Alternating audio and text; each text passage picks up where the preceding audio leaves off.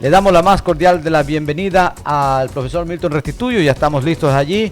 ¿Qué tal, profesor? Muy buenos días. Muy buenos días, estimado licenciado Rodi Vélez, y cordial saludo para todo el pueblo ecuatoriano y en especial para quienes conforman este prestigioso medio de comunicación. Es para mí un placer estar en este programa y agradezco la invitación. Bien, estamos justamente aquí en cabina con el licenciado Roberto Reyes y Tangi Zambrano.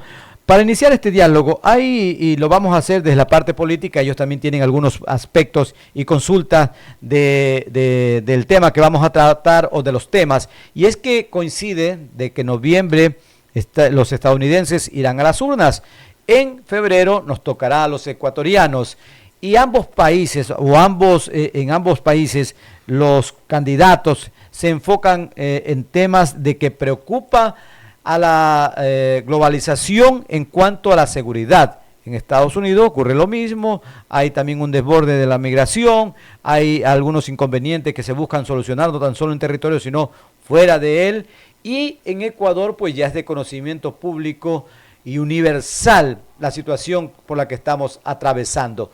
Usted, como conocedor y estudioso del tema seguridad, ¿qué es lo que los candidatos y luego que se conviertan en gobierno deben implementar para que la sociedad vaya cambiando el chip de esa preocupación, nerviosismo, a una seguridad más tangible? Bueno, mi estimado Rodi, Roberto y perdón, el nombre de la joven Tangi. Las elecciones en Estados Unidos han dejado mucho que desear. Pues estamos viendo un circo mediático en el cual los candidatos se han concentrado, se han enfocado en atacarse mutuamente en vez de hablar de los problemas que afectan a nuestra nación, como son la seguridad, la economía, la salud, la educación. Es tan lamentable ver que en una nación como Estados Unidos, una nación que es vista por otras naciones como un referente, como un modelo a seguir, los candidatos estén dando tan mal ejemplo en el terreno político. Vemos a Donald Trump atacando a Kamala en su vida personal, y vemos a Kamala atacando a Donald Trump en su vida personal, y esto deja mucho que desear, porque el pueblo necesita conocer propuestas firmes, propuestas convincentes, porque con esas propuestas y el pueblo puede tomar decisiones informadas, ¿verdad? Pero lo único que escuchamos de Donald Trump y de Kamala son las críticas que ambos se hacen uno al otro. Y sabemos que lo que sucede en Estados Unidos se replica en nuestros países latinos. Y es lamentable. Nuestras debilidades son el producto de nuestra ignorancia. Por ende, nuestra fuerza es el producto de una buena conciencia. Cuando el ser humano carece de conocimiento, carece de formación, de sabiduría, de inteligencia, en esto es lo que caemos. La pregunta que surge es, ¿son estos los líderes que necesitamos para que nos gobiernen? Líderes que se enfocan en atacarse uno al otro en su vida personal en vez de presentar propuestas convincentes al pueblo. Y lo mismo está sucediendo en Ecuador, en México, en todos los países de América. Y justamente es lo que mi inquietud. Muchas veces se nota ese aire y como usted dice, ¿no? Depende de la población cómo vaya a reaccionar, porque y usted que vivió acá en Ecuador también conoce un poco de esa idiosincrasia del comportamiento del pueblo en momentos de elecciones y de los candidatos que muchas veces muestran, no sabemos si sea de manera natural o planteado por sus equipos, de un comportamiento circense, porque es la manera como que llegan apegar de repente su forma de caminar, su forma de hablar, alguna frase, es decir, expresan 10 frases y de repente una le pega y llegan a ser hasta presidentes, alcaldes, gobernadores, etcétera. Doctor, antes que le responda Rodi, yo también quiero sumarme en ese comentario. La diferencia y algo que está sucediendo acá en Ecuador, bueno, en Estados Unidos vemos solo 2 candidatos. En Ecuador ya tenemos una papeleta de más de una decena de candidatos. Papeleta acordeónica. Oiga, estuve viendo 17 candidatos. Eso es un insulto a la pobreza por la cantidad de dinero que se va a gastar a nivel de las elecciones. Y no solamente eso, ¿cómo se puede llamar a esta situación? ¿Como una falta de gobernabilidad a nivel del Ecuador? Es un desastre. Estoy de acuerdo con usted 100%. Es increíble que un país tan pequeño como el Ecuador tenga 17 candidatos a la presidencia. Pero todo eso es una maniobra de los partidos tradicionales. Ellos secretamente forman pequeños partidos para de esa forma manipular el proceso electoral en el país, porque luego vemos que esos partidos pequeños se unen y apoyan a X candidato. Porque lo mismo pasó recientemente en la República Dominicana. Ya después de las elecciones nos enteramos de que todos esos partidos pequeños que se habían formado eran partidos formados por los partidos tradicionales, para luego fusionarlo y tener una coalición. Entonces realmente vemos que en todos los países de América, no voy a ir globalmente, sino que vamos a decir de América, nuestro continente, en todos los países en América estamos viendo esa tendencia de la manipulación del sistema electoral desde afuera. Y digo desde afuera porque no es una manipulación dentro del sistema, el régimen electoral de cada país, sino que es desde afuera, forman partidos pequeños y esos partidos pequeños son simplemente, llamémosle partidos fantasmas. Justamente, y estos partidos fantasma o cualquier calificativo que se le pueda dar, sin faltar al respeto, ¿no?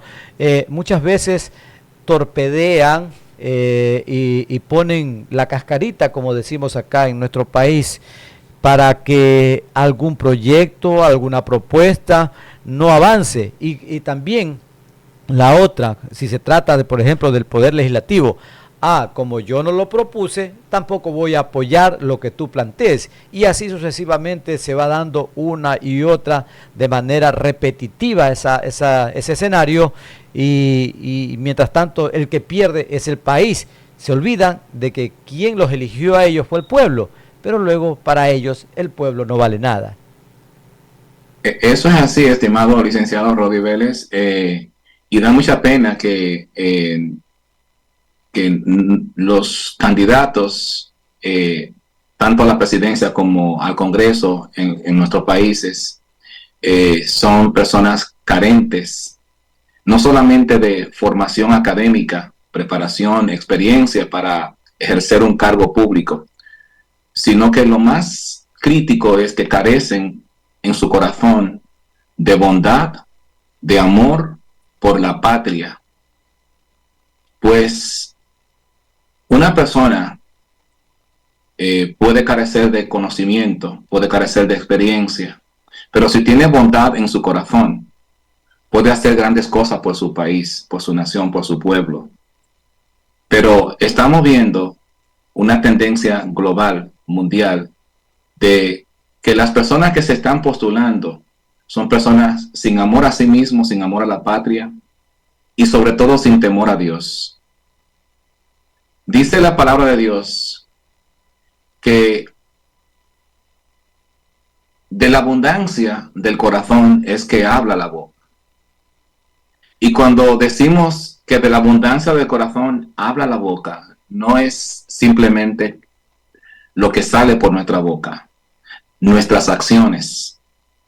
De lo que yo tengo en mi corazón, de lo que hay en mi corazón, yo hablo, pero también actúo. De acuerdo a lo que hay en mi corazón, yo actúo, yo tomo decisiones. Entonces, como decía Rodi Vélez, estamos viendo que personas se postulan porque simplemente se han ido viral en las redes sociales, se han dado a conocer con cualquier comentario estúpido que han hecho en los medios, se han dado a conocer, pues ya se postulan, sin tener la preparación académica ni la experiencia, pero pues sobre todo sin tener conciencia. Entonces, nuestras naciones necesitan, más que de personas preparadas académicamente, nuestras naciones necesitan de personas, hombres y mujeres de valores, que amen su patria, que amen al prójimo, que estén dispuestos a llegar al Congreso, a la presidencia, para servir a la nación, para hacer historia como han hecho algunos pocos hombres y mujeres, como puedo citar a Nayib Bukele. Nayib Bukele en El Salvador ha sentado un precedente. Sí, yo he escuchado el discurso de Nayib Bukele. Sí, es un hombre muy inteligente, pero yo he escuchado a otros líderes con más inteligencia que la que tiene Nayib Bukele. Sin embargo, no han logrado lo que Nayib Bukele ha logrado. ¿Dónde está la diferencia entre Nayib Bukele y los demás líderes políticos del mundo? Analicemos el corazón de Nayib Bukele a través de sus palabras, porque de la abundancia del corazón abre la boca. Este hombre, en su discurso, es fácil evidenciar el temor que tiene a Dios y que reconoce a Dios en todos sus caminos. Cuando el hombre reconoce a Dios en todos sus caminos, entonces Dios le da sabiduría de lo alto para gobernar. Dice la Biblia que cuando los malos gobiernan, el pueblo gime, pero cuando gobiernan los buenos, los hijos de Dios, el pueblo sonríe.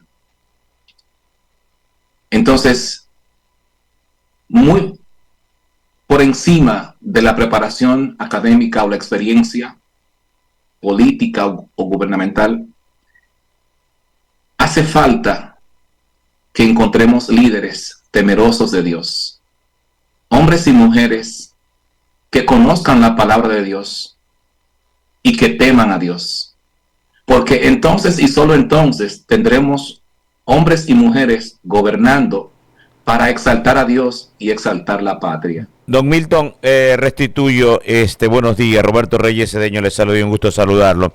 Igualmente, Roberto. Al hablar y comentar también con los compañeros y con usted sobre el exceso de candidatos, hasta el momento hay 17 binomios, hay 15 calificados y tienen hasta el día viernes acá, hablo de nuestro país, de Ecuador. ¿Cómo hacer para reducir la participación de muchos candidatos? Y como usted señalaba, o sea, hay uno sin preparación. Yo creo que hay que hacer carrera política. Cuando uno va a un trabajo le exigen un currículum realmente que cope todas las necesidades, hasta tener doctorado, ser magíster. Pero cualquiera hombre de pantalla, sin tratar de desmerecerlo, porque le cayó bonito, ya es candidato. Entonces se prolifera la política, la politicaría en nuestro país. Y yo concuerdo con usted cuando decía, por ejemplo, hay 2 candidatos nada más en Estados Unidos, pero que se han puesto a pelear a dime que direte, y eso no lleva a ningún camino, porque el pueblo de Estados Unidos, de Ecuador, de todo el mundo, necesita ver cuáles son las ponencias que tienen ellos, cuál es el programa de trabajo, qué es lo que van a enfocar viendo la realidad que viven. Entonces, eso hace, yo digo siempre y lo he manifestado, la política es una sola. Los políticos dañan a la política. Lo escucho, maestro. Bueno, estoy de acuerdo con usted 100% en todo lo que ha dicho. Pero ahí es una falla de la Junta Central Electoral. La Junta Central Electoral debe tener un cuerpo de hombres y mujeres profesionales en el campo de la psicología, el psicoanálisis, para hacer psicoanálisis de estos candidatos que se inscriben o se registran para ser candidatos, ¿verdad? Valga la redundancia. Debe haber filtros, debe haber un cuerpo de investigación para indagar el pasado de cada persona que pretende registrarse o inscribirse para ser candidato. El filtro que debe crear la Junta Central Electoral para aceptar candidaturas debe ser un filtro muy bien diseñado que cubra todas las áreas, que investigue a cada candidato, porque estamos viendo en todos los países de América personas con pasado muy cuestionable postulándose tanto a la presidencia como al Congreso. Y eso es muy preocupante. Y no solamente sucede en los países latinos, también está sucediendo acá en los Estados Unidos. Personas sin ninguna preparación, simplemente porque son conocidos en las redes sociales.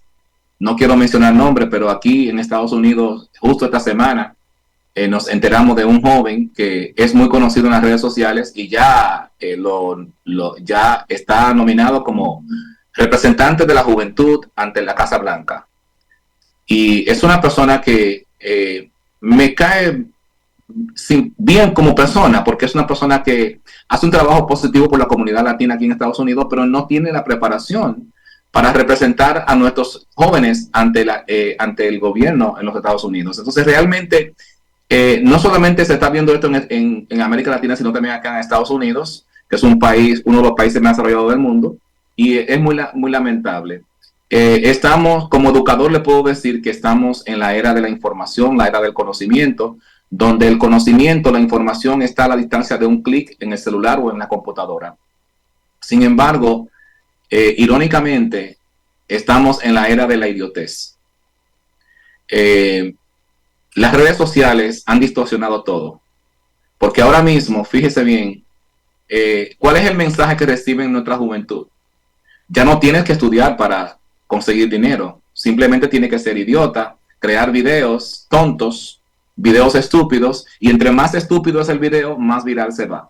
Entonces, ese es el mensaje que recibe nuestra juventud. Yo no me imagino dentro de 20 años que vamos a tener en el gobierno o en nuestras campañas políticas quiénes se van a estar postulando.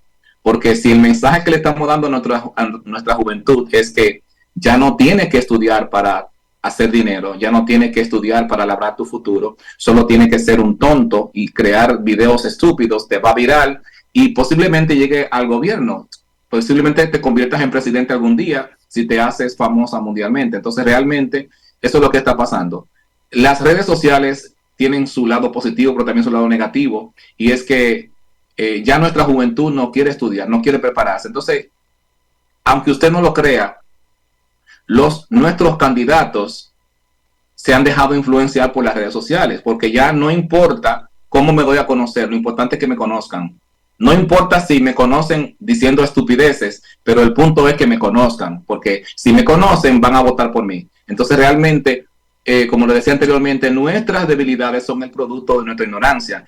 En la medida que el ser humano carece de conocimiento, es muy manipulable. Entonces estamos frente a una sociedad irracional, que si Andrés, el hijo de Carlos, el vecino, un hombre humilde, trabajador de la construcción, y Andrés, su hijo, que nunca ha tenido la oportunidad de estudiar por problemas económicos, pues Andrés se hizo famoso en las redes sociales haciendo videitos, y ya el partido X le propone que se postule como asambleísta. Entonces, eso es lo que está pasando actualmente. Ya no importa el conocimiento, no importa si eres inteligente, si no eres inteligente, si eres estudiado, si no tiene maestría, si no tiene doctorado. Lo importante es que la gente te conozca. Y no importa cómo te conozcan, si te conocen porque habla bonito o porque habla estúpidamente. No, lo importante es que te conozcan para que te postules. Bien, son las 7 de la mañana con 24 minutos. Profesor, muy atentos a este diálogo y sobre todo su exposición, sus puntos de vista. Ahora pasemos a otro escenario. En nuestro país, y usted que vivió acá conoce un poco más del tema. Y ante esta ola preocupante, la migración en el año 99, 98 hasta el 2000, antes de entrar a la dolarización, fue notoria en nuestro país, donde creo que alrededor de 2 millones de personas salieron del país. Y esto preocupa porque en la actualidad, desde que empezó el tema de la violencia, la contaminación de la sociedad, con el tema del narcotráfico y otros aspectos más que se han copiado de sucesos que se dieron en otros países décadas atrás. ¿Cómo se ve al Ecuador en el tema seguridad? Y usted también, que es un experto en tema de seguridad, ¿usted cree que lo que le está pasando en Ecuador pueda solucionarse a mediano plazo? ¿O qué falta? Un gobierno con mucha más fuerza, mucha más contundencia.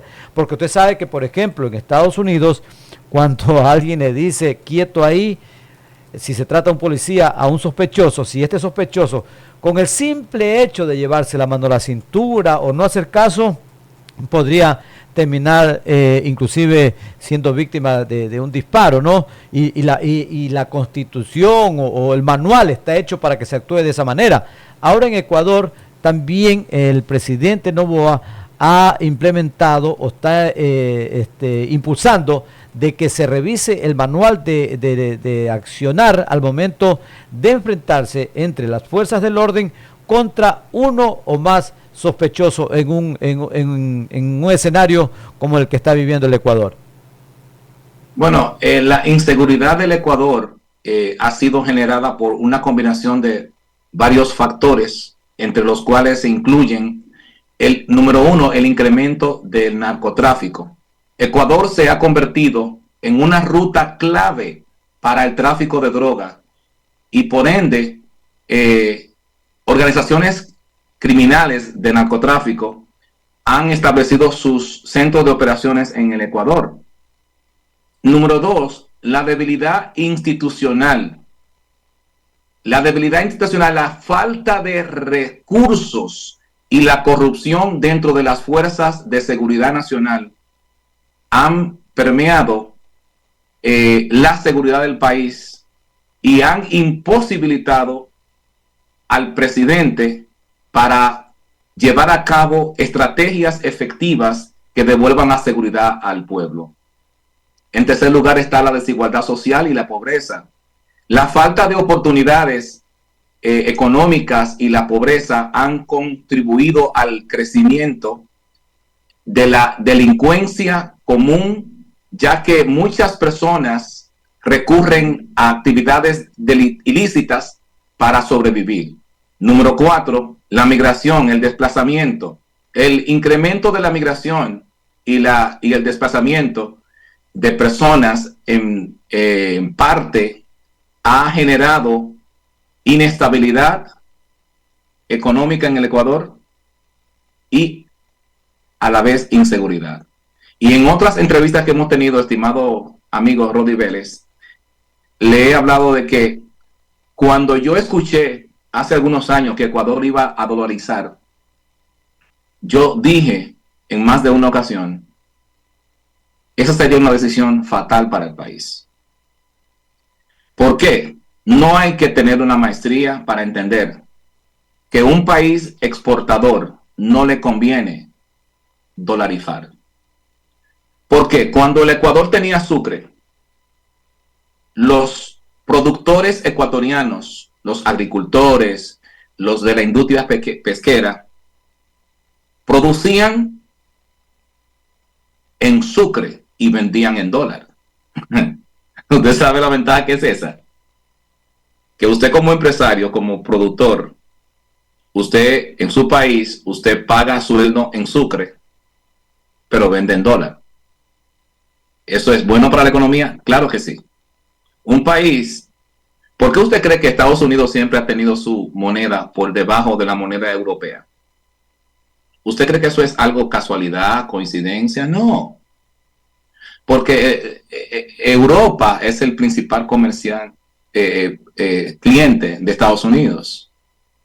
Entonces, realmente, los países europeos siempre su moneda ha estado por encima del dólar. cuando la moneda común de Europa, o más común en Europa, la libra esterlina, Estados Unidos tenía su reserva en libra esterlina. Desde el 2002 para acá, Estados Unidos cambió su moneda a euro. La reserva, perdón, su reserva a euro. Y cuando la libra esterlina era la moneda más popular o más acogida en Europa, entonces Estados Unidos tenía su moneda, el dólar, por debajo de la libra esterlina. Cuando ya surgió el euro como moneda favorita en Europa, ¿verdad? Entonces llegó Estados Unidos y puso su reserva en euro y colocó al dólar por debajo del euro. ¿Por qué? Porque si Estados Unidos le vende a Europa, Estados Unidos le conviene producir en dólares una moneda más baja que el euro y vender en euro. Cuando Ecuador tenía Sucre, la economía estaba mucho mejor que actualmente, porque Ecuador producía y pagaba sueldos en Sucre, pero sus productos los vendía en dólares. Pero por otro lado, tenemos otro problema que genera la dolarización. ¿Cuál problema? Se convirtió Ecuador en el Nueva York de Sudamérica. Entonces, el país más atractivo para conseguir dólares, porque no tienen que buscar una visa para venir a Estados Unidos a buscar dólares, que lo cual es muy difícil de conseguir, ¿verdad? Es muy fácil cruzar por la frontera, llega a Ecuador donde hay dólares y como no hay mucha vigilancia en las fronteras, pues es muy fácil cruzar de forma ilegal. Entonces, ¿qué pasa? Sin ofender a nuestros hermanos migrantes en Ecuador, yo creo en la migración, pero la migración controlada, regularizada. Entonces, ¿qué pasa? Que empezaron a llegar de Venezuela, de Colombia, de Perú, a buscar el dólar de Ecuador. Si estos migrantes llegaran a Ecuador con la idea de hacer de Ecuador su patria, o sea, de vivir allí, de formar allí su familia y eso, hacer patria en Ecuador, fuera diferente. Pero la mayoría van a Ecuador es a buscar el dólar para mandarlo para su país.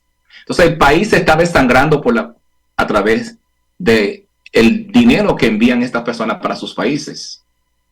El país está quedando sin circulante. Por eso que en Ecuador constantemente hay carencia de circulante en la calle, porque el dinero se está yendo para otros países vecinos. Entonces, por ese lado también genera un hueco en la economía.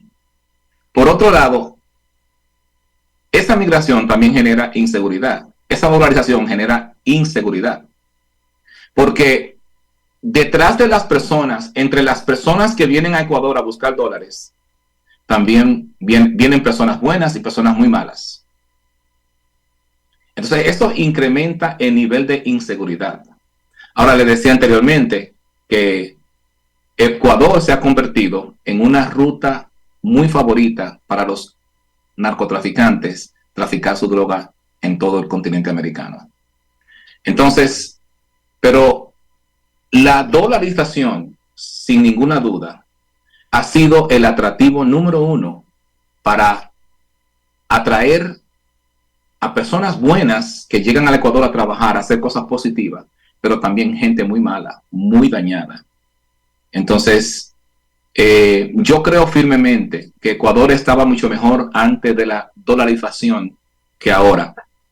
Y de alguna forma la dolarización ha afectado no solamente la economía del país, sino que ha afectado la seguridad de forma abismal.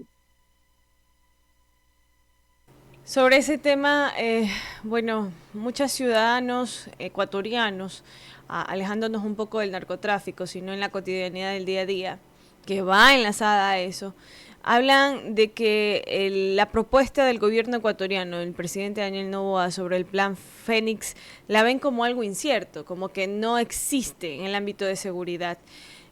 Tenemos la contradicción de que la ciudadanía siente de que no existe seguridad, pero al mismo tiempo tenemos cifras por parte de las autoridades acá indicando de que hay una disminución de hechos violentos. Entonces, no no saber manejar o no tener una línea clara sobre el tema de seguridad, quizás puede que reste votos y reste ese nivel de credibilidad al actual gobierno, que también va a ser candidato presidencial en el 2025. ¿Qué acciones o cómo debería analizarse esta situación? ¿Qué debería hacer el gobierno para mejorar aquello? Bueno, lo primero es fortalecer las instituciones, mejorar la capacitación, mejorar incrementar los recursos y promover la transparencia de las fuerzas del orden público, las fuerzas de seguridad nacional. Pero el problema es que el narcotráfico, y me disculpa que tenga que volver a mencionarlo, el narcotráfico tiene fuertes pilares dentro de las Fuerzas Armadas del Ecuador. Y yo no tengo ningún temor en decir esto. No tengo ningún temor. Porque realmente es precisamente el miedo el peor enemigo del pueblo. Cuando el pueblo se deja manejar por el miedo, entonces el pueblo no se expresa. El presidente Noboa tiene que hacer una limpieza total dentro de las Fuerzas Armadas. Yo no diría tanto dentro de la policía, pero sí dentro de las Fuerzas Armadas tiene que hacer una limpieza total. Sacar a todos esos generales corruptos que tienen años y años dentro de las Fuerzas Armadas del Ecuador, porque el narcotráfico que se está adueñando del Ecuador no son simplemente pandilleros como Loñeta, los Latin King, esas organizaciones que venden droga, por ejemplo, en Estados Unidos, en las calles. Estas son organizaciones muy poderosas que tienen mucho poder dentro de las Fuerzas Armadas del Ecuador. Porque de qué otra forma podemos explicar el poder que estas organizaciones tienen dentro del Ecuador. ¿Qué trabajo está haciendo las Fuerzas Armadas? ¿Cómo es posible que un país con una Fuerza Armada tan organizada como tiene Ecuador haya sido tan fácil para los carteles establecer sus cuarteles dentro del país? Es obvio que estos grupos criminales llegaron al Ecuador con la venia de altos comandos de la Fuerza Armada de la República del Ecuador. A mí que nadie me diga que la Fuerza Armada no sabía, que no estaba enterada del ingreso de estos delincuentes a tierra ecuatoriana. Porque es que el Ecuador tiene un sistema de inteligencia muy bien estructurado. Y no puedo entrar en mucho detalle de eso porque son cosas muy secretas de cada país. Pero Ecuador tiene un sistema de inteligencia bien estructurado, conforme a la tecnología que tienen, la capacidad que tienen. Yo puedo decir que tienen un buen servicio de inteligencia. No es que no funcione el servicio de inteligencia, simplemente que está plagado de corruptos. Por eso le mencionaba en el primer punto, cuando le decía del crecimiento del narcotráfico en Ecuador, uno de los factores que ha generado eso es la falta de recursos y la corrupción existente dentro de los cuerpos de seguridad nacional. Yo le aconsejaría a Daniel Noboa que hiciera una limpieza en las Fuerzas Armadas. Una limpieza, una depuración, pero total. Entonces, por ahí podría empezar el gobierno estableciendo nuevos parámetros para mejorar la seguridad en el país. La primera obligación de un gobierno, la primera obligación es la seguridad. Mire, la seguridad está por encima de la educación. La seguridad está por encima de la alimentación. La seguridad está por encima de todo. Yo como padre de familia, mi primera responsabilidad es asegurarle a mis hijos, a mi esposa, un lugar seguro. Y luego entonces viene lo que es la alimentación, luego viene la educación y esas cosas. Pero lo primero es la seguridad. Y estamos viendo que en Ecuador ese primer elemento que debe asegurar un presidente no está muy descuidado. Está demasiado descuidado. O sea, Ecuador está en un caos total. Es increíble. Yo deseo con todo el alma ir al Ecuador, pero yo no me atrevería a ir al Ecuador. Sinceramente, yo anhelo, extraño al Ecuador, porque permítame decirle que para mí Ecuador es mi segunda patria. Yo veo al Ecuador como mi segunda nación. Para mí, Ecuador es como si fuera mi país, porque el tiempo que viví en Ecuador, los ecuatorianos nunca me trataron a mí como un extranjero. Me hicieron sentir como un ecuatoriano dentro de su país. Entonces, créame que me duele mucho ver la situación actual por la que está atravesando el Ecuador. Me duele y me contrista mucho el espíritu. Pero lamentablemente, el narcotráfico ha socavado no solamente la seguridad del pueblo ecuatoriano, sino que ha socavado su fe, su esperanza. Veo a un Ecuador que está perdiendo poco a poco la esperanza de volver a esos años en que las casas, las personas dejaban sus puertas abiertas, en que las tiendas que venden víveres no tenían esos barrotes de hierro. Se extraña ese Ecuador. Seguramente, profesor, yo sé que usted es un estudioso, una persona que conoce mucho de nuestras convivencias en el pasado, y efectivamente así era, tal cual usted lo indica, y ahora todo eso se ha transformado en inseguridad y desconfianza, porque ya en antes, si usted llegaba a un pueblito, llegaba a cualquier lugar, preguntaba ¿dónde vive el profesor Milton Restituyo?, le tomaban de la mano, y si estaba a 4 o 5 cuadras le llevaban y le indicaban. Ahora no sucede eso, todo el mundo desconfía del otro, y eso ha llevado a que vivamos en una sociedad de inseguridad, de desconfianza, y sobre todo la credibilidad ha estado o está casi a punto de desaparecer. Esperemos que algún día todo eso, así como la moda, ¿no? Recuerde que en antes no nos poníamos pantalones un poco estrechos porque había crítica, ahora todo el mundo quiere usar esos pantalones estrechos, o lo contrario. Entonces esperemos que todas esas cosas, esas buenas cosas que en el pasado se practicaban, en algún momento vuelvan a nuestra sociedad. Profesor, quienes hacemos Radiovisión, le agradecemos y bueno, esperemos que en el transcurso de la semana, de los meses, seguir con este diálogo, porque es importante conocer las opiniones de quien conoce nuestra realidad y puede dar algún punto de vista, sugerencia, para que nuestros oyentes y televidentes pues puedan ponerlo en práctica. Agradecidos de su participación, profesor Milton Restituyo. Gracias a ustedes por la oportunidad, Robert. Tangi. Perdón el nombre. Tangi Zambrano. Tangi Zambrano. Tangi tiene un nombre muy bonito. Se me olvida porque no es un nombre muy común. Creo que es la segunda persona que he escuchado con ese nombre.